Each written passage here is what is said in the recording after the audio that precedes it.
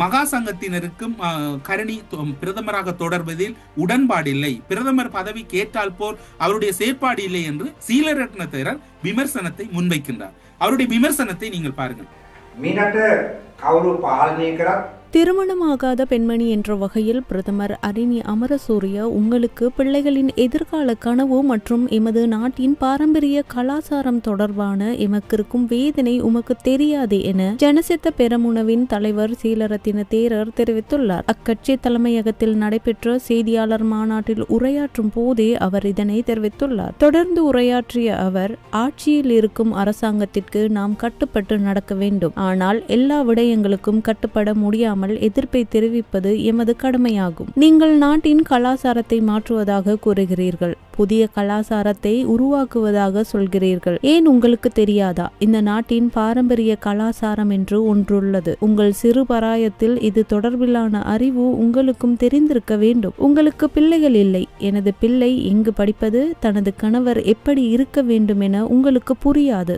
ஆனால் எங்களுக்கு அந்த எதிர்பார்ப்பு இருக்கிறது. நீங்கள் ஏற்படுத்த போகும் கலாச்சாரம் ஓரின சேர்க்கையா அல்லது LGBTQ என்றவாறான சமூகமா உங்களின் எதிர்பார்ப்பு? ஜனாதிபதி உறுதியாக மகா சங்கத்தினர் மத்தியில் தெரிவித்த கருத்தை நீங்கள் மாற்றவா நினைக்கிறீர்கள்? இந்த நாட்டில் இரு ஜனாதிபதிகள் இருக்க முடியாது என அவர் எச்சரித்துள்ளார். அவர் விமர்சிப்பதனை பார்த்தால் அமைச்சரவை மாற்றம் இடம்பெற்றிருக்கின்றது. வருகின்ற ஜனவரி அல்லது பிப்ரவரி மாதம் அளவில் இலங்கையில் பிரதமர் மாற்றம் இடம்பெறப் போகின்றது. அதில் பிரதமராக உண்மையில் இப்போது இருக்கக்கூடிய பிமல் ரட்நாயக்க அந்த பிரதமர் பதவியை அலங்கரிப்பதற்கு அதிக வாய்ப்புகள் இருக்கின்றன. JVPயின் அரசியல் குழுவை பொறுத்தவரையில் 5 ஸ்டார் என்று சொல்லுவார்கள். அவருடைய 5 முக்கிய பிரமுகர்கள் இருக்கின்றார்கள். அதில் இரண்டாவது இடத்தில் இருக்கக்கூடியவர் பிமல் ரட்நாயக்க, முதலாவது டெல்வின் சில்வா என்று சொன்னால், இரண்டாவது பிமல் ரட்நாயக்க. அவர்களோடு இணைந்த வகையில் தான் அங்கு அனுரவாக இருக்கலாம், அல்லது லால் காந்தவாக இருக்கலாம், அல்லது சுனில் ஹந்துநெத்தியாக இருக்கலாம். அங்கு இருக்கக்கூடிய அடுத்த நிலையில் இருக்கக்கூடிய முக்கிய பிரமுகர்கள் வரும். பிமல் ரட்நாயக்கவை பொறுத்தவரையில் மக்கள் விடுதலை முன்னணியின் மிக முக்கிய பிரமுகர். இப்போது சீலரட்ன தேரரின் கருத்து மகா சங்கத்தினரை மையப்படுத்தி இருக்கிறது.